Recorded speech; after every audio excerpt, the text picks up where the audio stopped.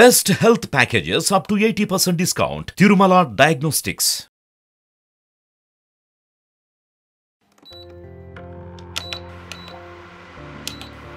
Hello Ram sir, కిచెన్లో ఏం చేస్తున్నారు? నేను టీ తాగదామని వచ్చాను. బై ద వే ఎలాగో మీరు యాడ్ అయ్యారు కాబట్టి ఫస్ట్ మైక్ పెట్టుకోండి. నేనేదో ప్రాసెస్లో ఉన్నాను. ఏదో దీర్ఘంగా ఆలోచిస్తున్నట్టున్నారు. ఎస్ సార్, చెప్తాను టీ అయిన ఓ తర్వాత. కరెక్ట్ టైంకి వచ్చానా? Yes, very good. వేడి వేడి టీ సాయంత్రం. టీతో కబుర్లా? ఎగ్జాక్ట్లీ. టీతోనే కబుర్లో. టీ అయిపోయిన తర్వాత థ్యాంక్ యూ. నా దగ్గర ఒక చిన్న డౌట్ కూడా ఉంది. ఓ అదే నా ఆలోచిస్తున్నారు. ఓకే, నైస్ టీ, చాలా బాగుంది. Thank you sir, thank you so much. మీరు వస్తున్నారని పిల్లలకి సంబంధించి కొన్ని కంటెంట్స్ అనుకున్నప్పుడు ఒక డౌట్ వచ్చింది. ఒక్కొక్కరు ఒక్కొక్కలా చదువుతూ ఉంటుంటారు, ఒక్కొక్కరికి ఒక్కొక్క డిఫరెంట్ యాంగిల్ ఉంటుంది. సో దాని గురించి డిస్కస్ చేద్దాం సార్ ఇవాళ. ఫస్ట్ టీ మొత్తం ఫినిష్ చేయండి, దాని గురించి మాట్లాడుకుందాం. షూర్, తప్పకుండా అండి.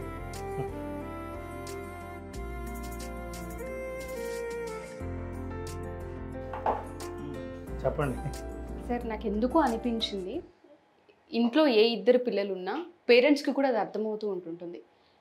ఇద్దరు ఒకే ప్యాటర్న్లో ఫాలో అవ్వరు చదివేటప్పుడు. ఆ ఛాలెంజ్ ఎక్కువగా పేరెంట్స్కి ఉంటుంటుంది, టీచర్స్కి ఉంటుంటుంది. క్లాస్ రూమ్లో ఒక 30 మెంబర్స్ పిల్లలు ఉంటే ఒక్కొక్కళ్ళు ఒక్కొక్క ప్యాటర్న్లో ఉంటారు, ఒక్కొక్క మోడల్లో ఉంటుంటారు. దాన్ని ఏ విధంగా ఐడెంటిఫై చేయొచ్చు అంటాం. అందరూ ఒకేలా చదివి నేర్చుకోరు, కానీ నేర్చుకోవడం మాత్రం ఒక్కొక్కళ్ళు ఒక్కొక్క ప్రాసెస్ ఉంటుంది సార్.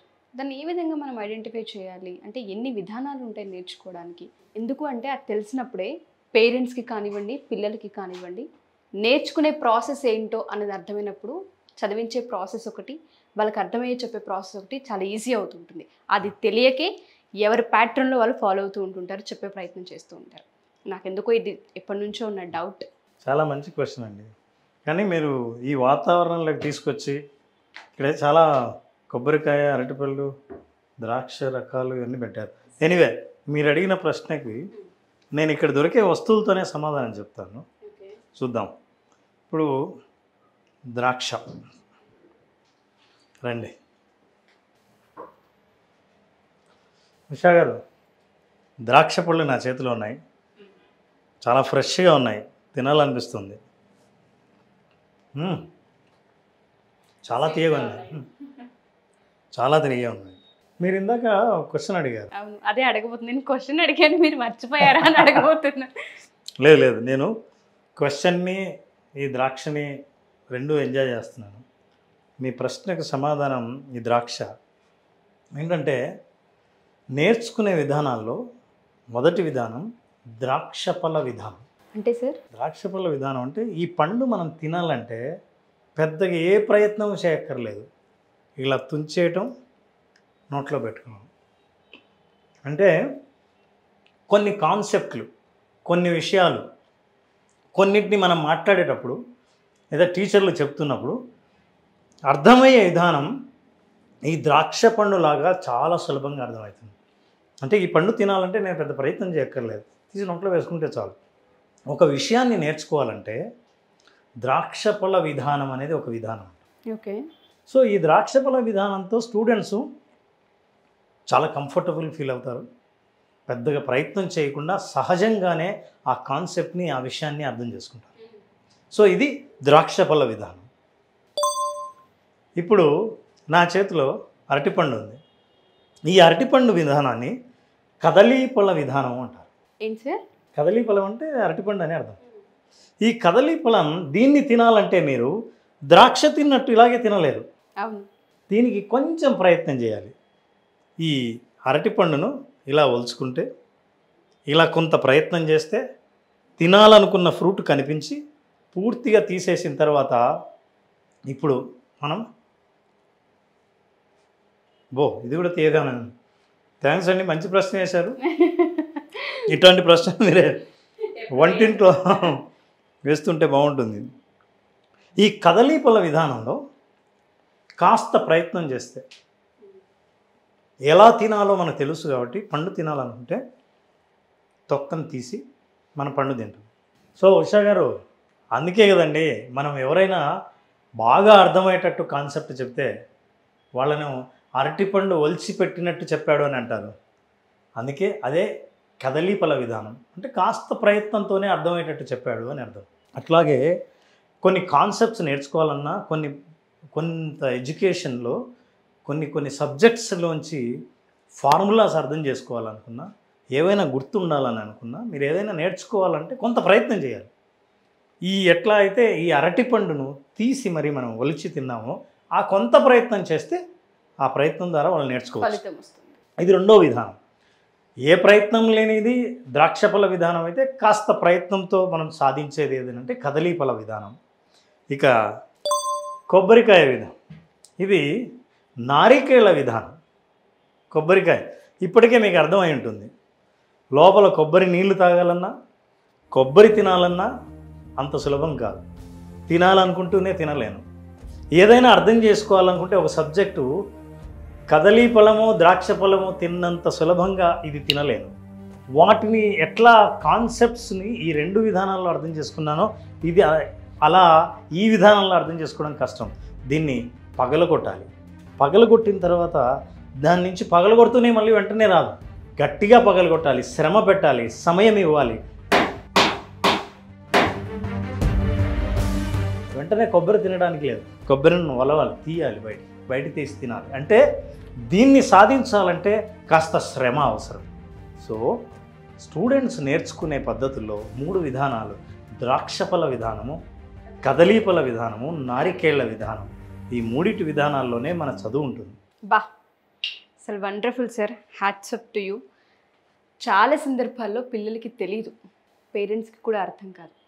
ప్రతి ఒక్కళ్ళు అచీవ్ చేయగలుగుతారు, బట్ వాళ్ళు ఏ విధంగా ప్రాసెస్ చేస్తున్నారన్నదే అర్థం కాదు. మీరు అన్నట్టే కొంతమంది కాన్సన్ట్రేషన్ చేసి ఆ మూమెంట్లో, ఆ టైంలో అర్థం చేసుకోగల ఆ కెపాసిటీ ఉన్న ప్రాసెస్లో ద్రాక్ష పండ్ల ఇలా తీసుకొని నోట్లో పెట్టుకున్నంత ఈజీగా వాళ్ళకి వచ్చేస్తూ ఉంటుంది. అక్కడ శ్రమ కనిపించదు. అరటిపండు విధానికి వచ్చేసరికి కాస్త విన్నదాన్ని మర్చిపోతామేమో అన్న ఫియర్ ఎప్పుడైతే వాళ్ళకి కలుగుతూ ఉంటుందో, కాస్త శ్రమ పెట్టి ఆ తోలు వెలిసే ప్రాసెస్ ఏదైతే ఉంటుందో అలా చేయగలిగితే ఈజీ అయిపోతూ ఉంటుంది.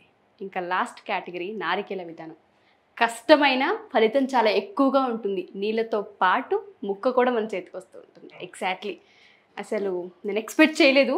ఇదేదో ఇక్కడ మనకు ఉన్నాయి, సరే నేను ఏదో ఆలోచిస్తున్నాను ఏం చేయాలి, ఎలా అడగాలని. అనుకోకుండా మీరు ఎంటర్ అవ్వడం, అలా నేను మైక్ తీయకుండా లోపలికి ఇక్కడికి రావడం, ఇక్కడే చేసేద్దామని ఫిక్స్ అయిపోయి వెంటనే కెమెరాలు పెట్టించేయడం, అనుకోకుండా జరిగిన సంఘటన ఇదంతాను.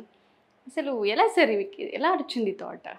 ఇది పూర్వం ఈ విధానాలని అసలు అంటే ఏ సబ్జెక్ట్నైనా టీచర్లు కానీ పేరెంట్స్ కానీ పిల్లలకు చెప్పేటప్పుడు నేను చెప్తున్న విధానం ఏంటి అని వాళ్ళు ఆలోచించగలిగితే, నేను చెప్తున్న విషయాన్ని ఇంత సులభంగా చెప్పగలుగుతున్నానా, లేదా కష్టపడి కొబ్బరికాయ కొట్టి తీసి, అంటే మీకు ఎంతో గట్టి కోరికుంటే తప్ప ఆ ప్రయత్నం చేయరు. లేకపోతే నాకు 2-3 పక్కన ఫ్రూట్స్ ఉంటే ఈ కొబ్బరికాయ నేను పక్కన పెట్టచ్చు, లేదా తినాలన్న కోరికను నేను వాయిదా వేసుకోవచ్చు. నేర్చుకోవాలన్న ఐడియాని, నేర్చుకోవాలన్న ఉత్సాహాన్ని నేను వాయిదా వేయచ్చు. సో కాబట్టి ఈ 3 విధానాలని ఒకసారి అర్థం చేసుకుంటే, ఈ 3 విధానాల్లో ఏ విధానం ద్వారా నేను నేర్చుకుంటున్నాను, ఇది నేర్చుకోవాలంటే నేను ఏ విధానాన్ని పాటించాలి, ఏ ప్రయత్నం చేస్తే నేను ఇది పొందుతాను అని పిల్లలు అర్థం చేసుకుంటారు. Wonderful sir. టీచర్స్కి కూడా మీరు అన్నట్టుగానే ఏ విధానంలో చెప్తున్నామో వాళ్ళకి అర్థమయ్యేలా ఉందా, లేదంటే వాళ్ళు ఇంటికెళ్ళి బుర్రలు బద్దలు కొట్టుకునేలా ఉందా అన్న విషయాన్ని అవగాహన చేసుకోగలిగితే పేరెంట్స్కి, టీచర్స్కి, పిల్లలకి టాస్క్ ఈజీ అవుతూ ఉంటుంది. ఎట్లాగో ఈ మంత్ జనవరి 17th మీరు క్లాస్ తీసుకోబోతున్నారు పిల్లలకి సంబంధించి.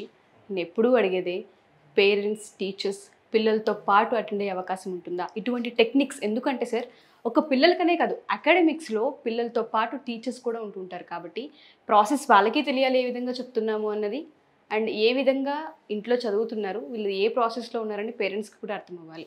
ఏ విధంగా హెల్ప్ అవుతుంది అంటారు? మనం ఎటువంటి టెక్నిక్స్ నేర్పించే అవకాశం ఉంటుందంటారు? క్లాస్కి సంబంధించిన డీటెయిల్స్ ఏంటి అసలు? క్రియేటివ్ విజువలైజేషన్ ఫర్ చిల్డ్రన్ సెషన్లోనే వాళ్ళకి పాఠాలని గుర్తుపెట్టుకోవడం ఎలా, ఏ విధానాన్ని పాటిస్తే ఏ కాన్సెప్ట్స్ బాగా గుర్తుంటాయి, వాళ్ళ లైఫ్ని, వాళ్ళ షెడ్యూల్ని ఎట్లా డిజైన్ చేసుకుంటే అది నారికేళ విధానమైనా సరే ఆ నారికేళ విధానాన్ని సులభంగా పగలగొట్టి అందులో ఉన్న సారాన్ని ఎట్లా అర్థం చేసుకోవాలి, ఈ విషయాలన్నీ creative visualisation for children or students ఎవరైనా సరే చదువుకుంటున్న వాళ్ళు 7th క్లాస్ నుంచి 11th క్లాస్ వరకు అట్లాగే కాంపిటేటివ్ ఎగ్జామ్స్కి అటెండ్ అయ్యేవాళ్ళు వీళ్ళందరికీ కూడా చాలా ఉపయోగపడే విధానాలు ఎన్నో చెప్తున్న వాటిలో ఇది ఒక విధానం మాత్రమే. సో ఈ కాన్సెప్ట్లు విజువలైజేషన్ ద్వారా ఒక కాన్సెప్ట్ని మీరు గుర్తుపెట్టుకునేటట్టు అర్థం చేసుకునేటట్టు ఎలా చేయొచ్చు అన్న టెక్నిక్స్ అందులో చెప్పబడతాయి. ఈ ప్రోగ్రామ్ అటెండ్ అయిన వాళ్ళు ఖచ్చితంగా వాళ్ళ తల్లిదండ్రులు వాళ్ళే మాట్లాడతారు, ఇంతకుముందు మా పిల్లవాడి చదువు కంటే ఈ ప్రోగ్రామ్ అటెండ్ అయిన తర్వాత వాళ్ళలో ప్రోగ్రెస్ చాలా అద్భుతంగా ఉందని. అట్లాంటి ప్రోగ్రెస్ ఎవరైనా ఆశిస్తున్న పేరెంట్స్ కానీ టీచర్స్ కానీ వాళ్ళ పిల్లలతో సహా అటెండ్ అయితే ఖచ్చితంగా దీని నుంచి అద్భుతమైన ప్రయోజనాన్ని పొందుతారు. క్రియేటివ్ విజువలైజేషన్ అనేది చిన్న పిల్లల విషయంలో ముఖ్యంగా విద్యార్థుల విషయంలో అది అద్భుతమైన వరం అన్న విషయం వాళ్ళు అర్థం చేసుకుంటారు.